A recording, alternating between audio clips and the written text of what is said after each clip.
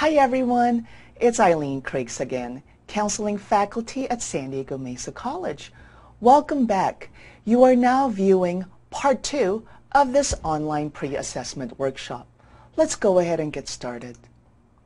Topics covered in part 2 of this workshop include the following.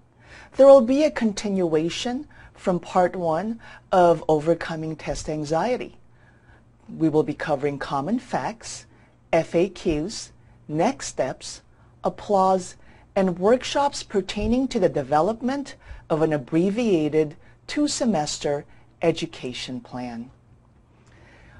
When it comes to overcoming test anxiety, there are other things that you can also do. You can get some exercise.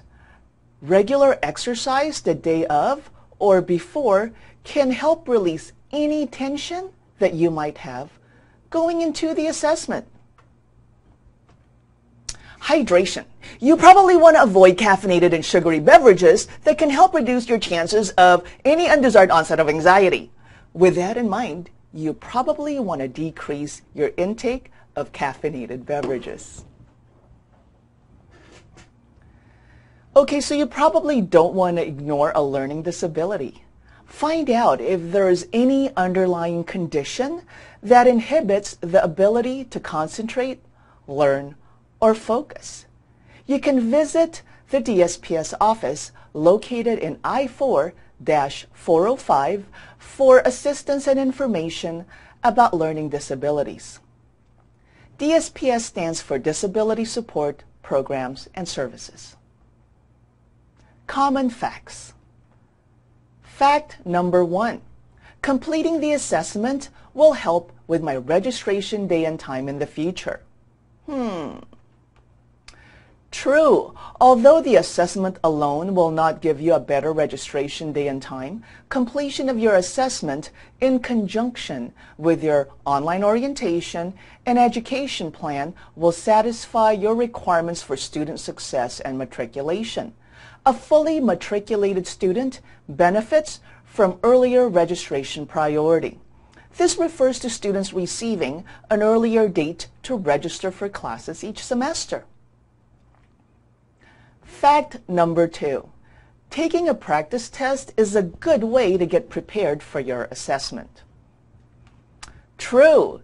Here's a link to Plan and Practice. Do you remember that from the acronym PREPARE? You want to plan and practice for your assessment using the sample questions located in the link right here in this presentation. So be sure to check it out. FAQs. What do I need to bring with me on the day of my assessment? Well, you definitely need your photo ID, and there will be no exceptions to this, but acceptable forms of identification include a current driver's license, state-approved ID, college ID, current state or federal ID card, current passport, a tribal ID card, a naturalization card, or a certificate of citizenship. Now, when do I get my scores? Test scores are available immediately following your assessment. The results can be sent immediately to your email address, so be sure that we have the accurate contact information on file for you. What subjects does the test cover? That's a very good question. The assessment test covers English, Math, and ESOL. The ESOL is a paper and pencil exam administered by a proctor. The English test has 2 parts, reading comprehension and sentence skill. Now, as far as math is concerned, students have the option of taking either the arithmetic or elementary algebra math placement test. Students are encouraged to sign up for the highest level math test that they feel comfortable taking. Now, I heard that the test is adaptive. What does this exactly mean, right? Well, adaptive refers to test questions that are based on your responses to previous questions. So questions will either increase or decrease in difficulty depending on how you respond. Now, what happens if I'm unhappy with my test results? May I retake it? Well, students may retest after 1 year for English and math as long as you have not completed a course based off your previously assessed skill level. If you are unhappy with your test results, you should consult with a counselor to discuss and identify alternatives and options to help you progress efficiently through the English, math, and ESOL course sequences.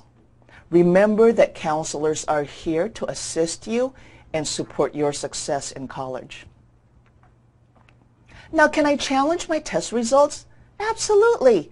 If you believe that the test result is not proportionate to your ability, challenging your exam is just one of the options available to you.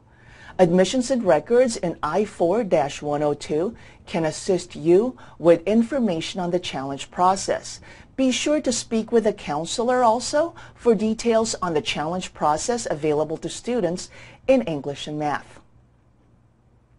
Is the test timed? Not at all.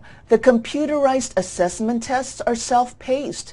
It is important to take your time and reflect if needed.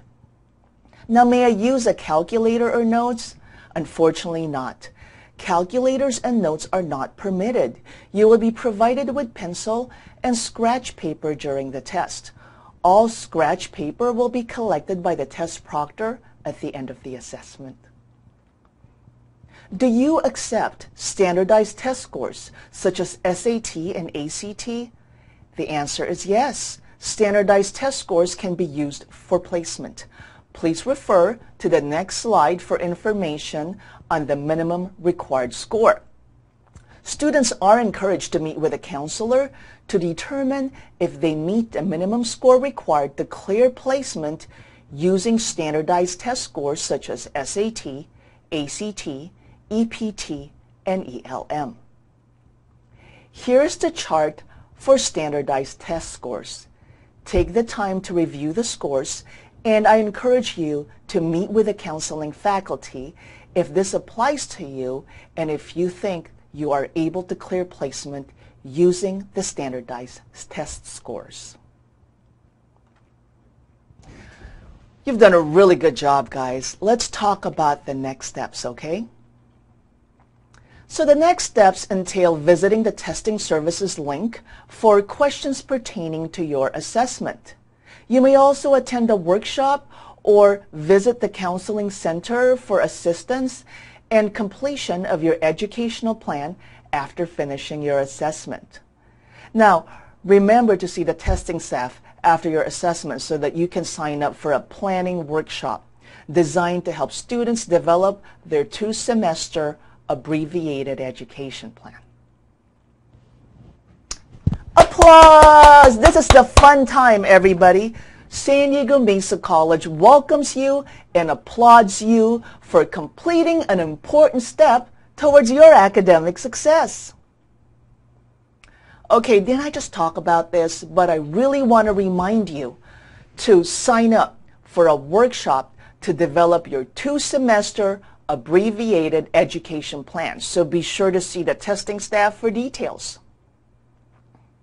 This concludes part 2 of the pre-assessment workshop. I would like to thank all of you for watching. This presentation was made possible by the San Diego Mesa College Counseling Department. Thank you for watching and enjoy the rest of your day. Goodbye.